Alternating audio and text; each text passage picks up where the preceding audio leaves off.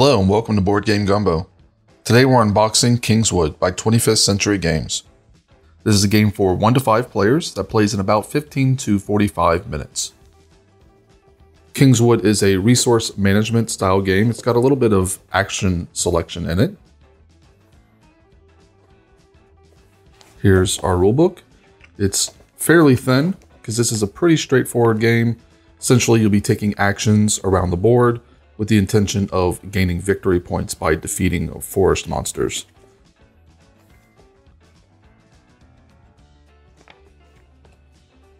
There is a solo mode in the game, and I actually am pretty familiar with this one, so I'll go ahead and talk about it once we get through the rest of the box contents.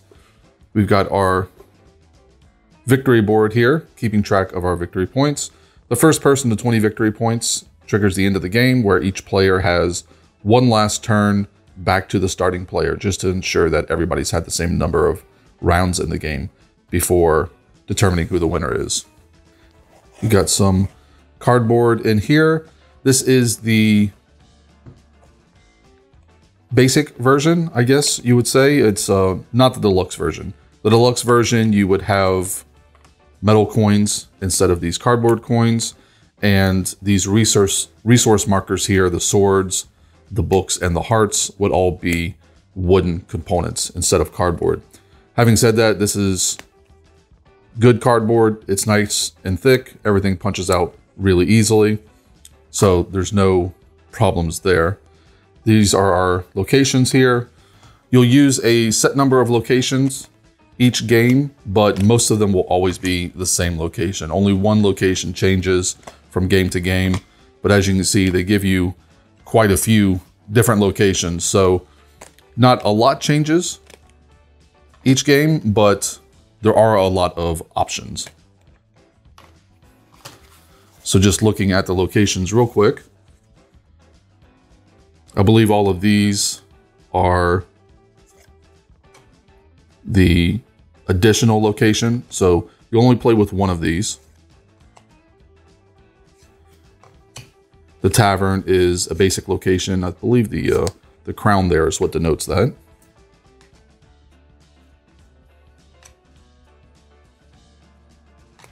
Here's more of our starting locations because you can see the crown at the bottom. So you'll always play with these 5. And basically they all provide resources, or the forest lets you go out and fight monsters, which is kind of the focus of the game. So this one will either refresh books or gain book, refresh swords or gain sword, gain money, and refresh hearts or gain a heart. And then the forest is where you go to defeat monsters, which is why you're gaining those resources in the first place. Here's our monsters, our forest creatures. They do come in 2 types, so chapter 2 and then chapter 1 back here. Essentially, the chapter 2 cards will sit underneath the chapter 1 cards, and I'm fairly certain that you don't use all of these. You'll probably count out a certain number of them. I forget exactly how many to start with. And then we have our guilds, which we'll talk about in a minute. So as you're going to these different locations, which will be out on the board, you're going to be gaining essentially resources. Occasionally when you go to these special locations, they may do something a little more interesting, but the basic locations give you resources. Resources either come in unused or depleted. So whenever you use them, they become depleted. You don't lose the token. You just have to go to a location to refresh them and turn them back over. And you'll be using those resources to battle different forest creatures. So for instance, if you go to the forest as your location and you have a book and a coin, you can use it to defeat the sun sprite, which also allows you to refresh a heart, but most notably, it's worth victory points. And it tells you at the bottom here how many of them are in the deck. You can defeat as many creatures as you want when you go to the forest, although I believe there's only 3 or 4 out at a time. But if you have additional resources, another sword, or a sword and another coin, you could defeat a moon sprite as well as a sun sprite. And this one has an additional ability of revealing and adding an extra monster to the forest. Typically, you won't replenish the forest until after your turn, so you'll only have what's up there when you go there. But these are the different monsters, at least in chapter 1.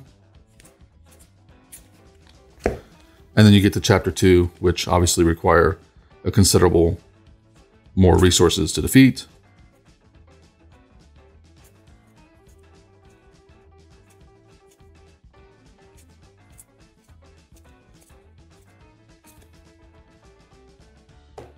And then the other set of cards here we had was our guild cards.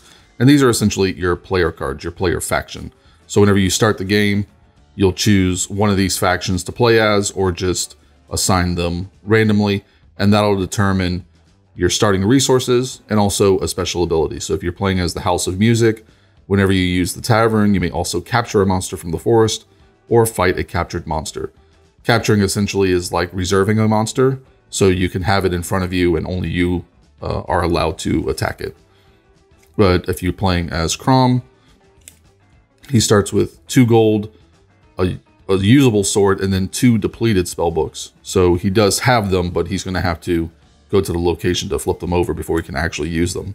And then whenever you exhaust a heart, you may refresh a spell book for Crom. But here are the other guilds.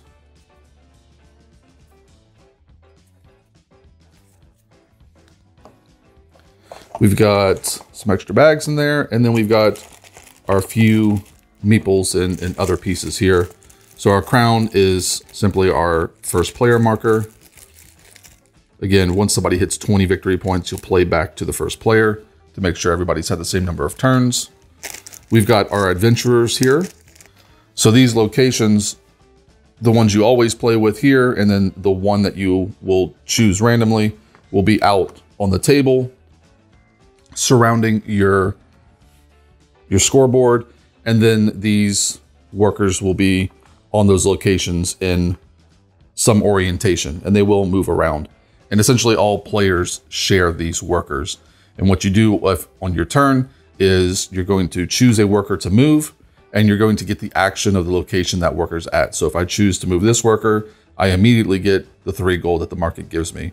Then I'm going to move that worker and also get the action of the location he ends at. Whenever you move, you can move counterclockwise or clockwise. You can move 1 space for free. Every additional space costs you a gold coin, and you cannot stop where there's another figure. So while I can move this character counterclockwise, I would have to move all the way to here, which would cost me 2 gold coins. Or I could simply just go the other way, and it costs me 1 coin to get there, or free to go to the forest. After you've moved a worker and taken the action of the location that you move to, then you're going to place the town guard. The town guard goes to the location that you activated from, so he would go to the market, and he essentially just cuts off that area from being used until he's moved on the next player's turn to whichever adventurer they choose to activate. And that's essentially the entire game. You're going to be playing that way, using an adventurer, activating the location they're on, moving them to another location that you then activate, and then moving the town guard to the location that you initially activated. The only other action you can take on your turn is to remove the town guard from the board, and in doing so, you gain 2 gold coins. It's really only an action you're going to take if you have no money whatsoever, so not often happens, but it is an option. I did mention the solo rules, which are actually pretty simple and require no real change from the setup. You still have the starting locations on the board. You still add the 1 additional location from the stack, and you still have all 3 adventurers on the board. The way that the solo mode differs is that instead of having the monsters from the forest out on the board, so say instead of having this lineup here beneath the forest that you can go defeat, instead, at the end of each of your turns, you're going to flip 1 card from the forest out onto the board. And then if you ever get to 4 cards on the board at the same time, you immediately lose. So essentially, you just have to keep these monsters in check. And then you win when you defeat 2 of the 3 sort of most powerful creatures in the forest, which I believe are these last 3. The genie, the giant, and actually I believe it's the dragon. So once you defeat 2 of these 3, you will win. And that's how the solo mode differs. And that's everything you get for Kingswood from 25th Century Games.